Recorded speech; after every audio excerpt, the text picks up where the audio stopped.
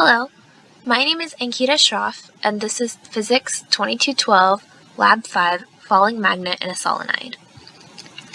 I will begin this lab with an introduction where I cover the problem that we are solving and the results that we found, the fundamental principles applied to achieve our results, and the overall purpose of the lab.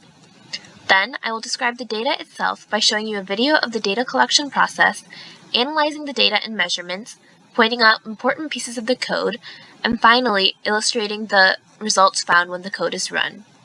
I will conclude with a conclusion where I interpret the results of the simulation and answer a couple of questions.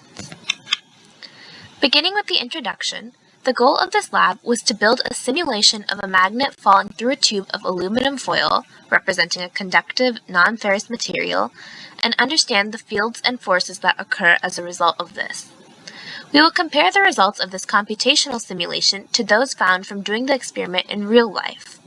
Upon completion of both models, we saw that the average time spent by the magnet in the tube in the computational simulation was approximately 0.28 seconds, which does vary from our actual observations for reasons to be explained later.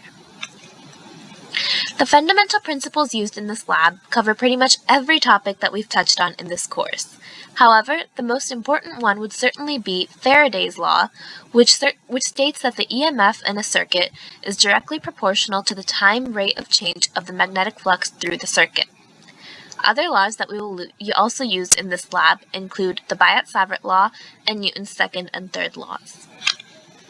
To summarize, the purpose of this lab was to study the amount of time that it takes a magnet to fall through an aluminum foil tube and use this information to understand how Faraday's law applies to magnetic and electric fields by comparing a computational and actual model of the time taken for the magnet to fall through the tube.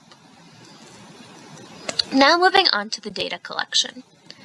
I will begin by showing you a quick video depicting the experimental procedure itself.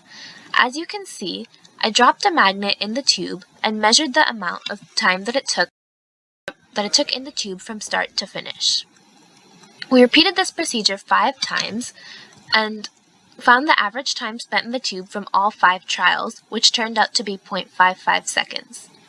Some other measurements necessary for the lab were the length of the tube, 0.3 meters, the width of the foil, 0.03 meters, and the radius of the inner tube, 0.0125 meters. Moving on, I've included snapshots of the most important bits of the code here. The first function calculates the magnetic field, followed by a function that calculates the rate of change of flux with respect to time, which is an important value for implementing Faraday's law, as you can see when we use this to calculate the magnetic field of each ring. The final snippet shows the updating of the position and velocity functions, which allows the time component of the lab to exist. From the computational model, we get a result of 0.28 seconds in the tube, which is approximately half the time calculated by the actual experiment. I've also illustrated a snapshot of the simulation while the magnet is falling through the tube. Finally, moving on to the conclusion. I'd like to take some time to go over different aspects of the simulation and what they mean, beginning with the colors of the current. By turning the visual, we can see that the blue represents a clockwise current and red represents a counterclockwise current. Also, if the magnet were flipped, the dynamics would not be affected, as the orientation doesn't impact the time spent in the tube. Speaking of this time, the number calculated in the simulation would be more accurate if the number of rings itself was increased, as this would create a larger sample size and more data to pull from.